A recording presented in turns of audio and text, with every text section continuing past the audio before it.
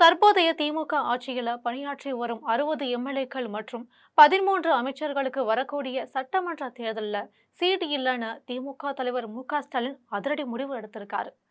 இது பற்றி ஜெம் தொலைக்காட்சி வழங்கும் சிறப்பு செய்தி தொகுப்பை இப்போது பார்க்கலாம்.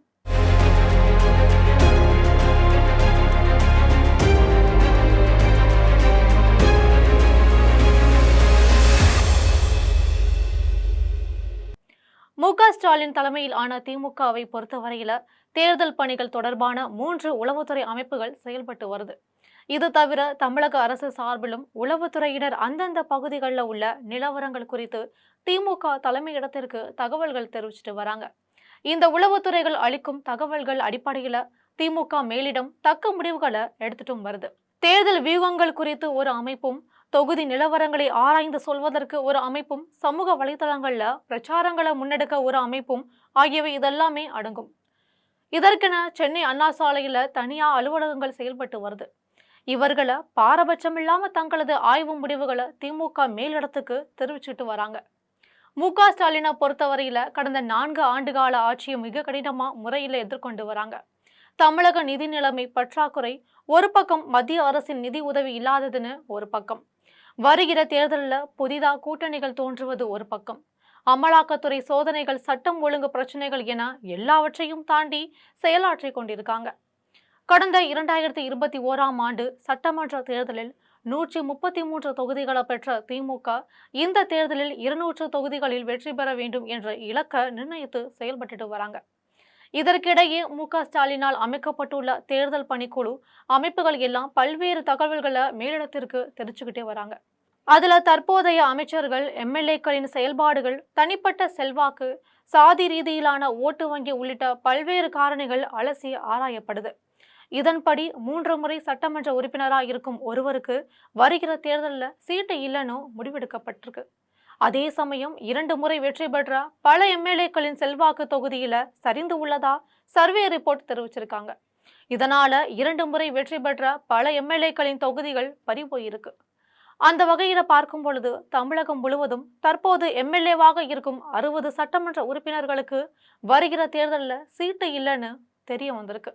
இதனால 13 அமைச்சர்களுக்கு மறுபடியும் தொகுதி தரப்பட மாட்டாதுன்னு சொல்றாங்க. இதுல டெல்டா பகுதியை சேர்ந்த 2 அமைச்சர்கள், சென்னை மாவட்டத்தை சேர்ந்த 1 அமைச்சர், தென் மாவட்டத்தை சேர்ந்த 3 அமைச்சர்கள் அடங்குவார்கள்னு சொல்லப்படுது. வருகிற சட்டமன்ற தேர்தலில் புது முகங்களுக்கு வாய்ப்பு தரலாம்னு திமுக மேலிடம் முடிவெடுத்திருக்காங்க. அந்த வகையில பார்க்கும் பொழுது பல எம்எல்ஏக்களின் வாரிசுகள் மற்றும் அமைச்சர்களின் வாரிசுகளுக்கு இந்த முறை சீட் வழங்கப்படுது. இதே போல பல மாவட்ட செயலாளர்களுக்கும் முக்கிய நிர்வாகிகளுக்கும் தொகுதிகள் ஒதுக்கப்பட்டிருக்கு. வேட்பாளர் தேர்வில் தீவிர கவனம் செலுத்தினால் மட்டுமே இந்த தேர்தலில் திமுக வெற்றி பெற முடியும்னு உளவுத்துறை அமைப்புகள்லாம் தகவல் சொல்லியிருக்காங்க. இதனால நடைமுறையில சரியா பணி செய்யாத எம்எல்ஏக்களுக்கு கட்டாயம் சீட்டு இல்லைன்னு உறுதியா சொல்லப்படுது. இது தவிர சாதி ரீதியான செல்வாக்கு பெற்ற பிரபலங்களுக்கு தொகுதி ஒதுக்கீடு செய்யவும் முடிவு செய்யப்பட்டிருக்கு. இது தவிர இளைஞர் அணி சார்பில் உதயநிதி ஸ்டாலின் தேர்வு செய்யும் 40 வேட்பாளர்களுக்கு தொகுதி ஒதுக்கி தருவது மற்றும் திமுக மேலிடம் இதை முடிவெடுத்திருக்காங்க.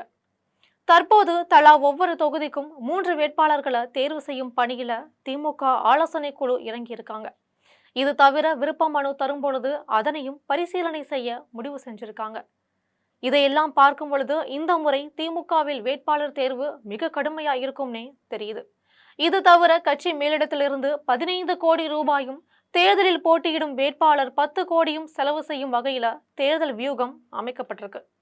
அந்த வகையில 10 கோடி ரூபாய் செலவு செய்ய தகுதியானவர்கள் மட்டுமே திமுகவில் சீட் பெற முடியும்ங்கிற நிலை ஏற்பட்டிருக்கு. இதன் அடிப்படையில் வருகிற சட்டமன்ற தேர்தலில் திமுக கூட்டணி வெற்றி பெறும் வகையில புதிய அமைச்சர்கள் இடம்பெறுவார்கள்னு தெரியுது. இதேபோல் அதிமுக தரப்பிலும் வேட்பாளர் தேர்வுகள் இப்பொழுதே தொடங்க ஆரம்பிச்சிட்டாங்க. அதிமுகவிலும் 10 கோடி ரூபாய் அளவுல செலவு செய்யும் ஒருவருக்கு தான் தொகுதி ஒதுக்கி தர முடியும்னு நிலைமை இருக்கு. இதற்கு இடையே பார்க்கும் பொழுது தமிழக வெற்றி கழகம் சார்பிலும் வேட்பாளர் தேர்வு நடைபெற்று வருது. ஆனால் 234 தொகுதிகளுக்கு தேவையான வேட்பாளர்கள் இல்லாம தமிழக வெற்றி கழகம் திண்டாட்டத்துல இருக்காங்க. இதுவரை அவர்கள் மிகுந்த போராட்டம் நடத்தியதன் விளைவாக 50 தொகுதிகளுக்கான வேட்பாளர்களை தேர்வு செஞ்சுட்டு இருக்காங்க. மீதமுள்ள தொகுதிகளுக்கான வேட்பாளர்கள் கிடைக்கல. இதனால என்ன செய்வது என்று புதிய திட்டம் குறித்து ஆலோசித்து வராங்க. இது தவிர தமிழக வெற்றிக் கழகம் சார்பில் போட்டியிடும் வேட்பாளர்கள் மிகப்பெரிய அளவுல செலவு செய்யும் தகுதி உள்ளவர்களாகவும் இல்லை.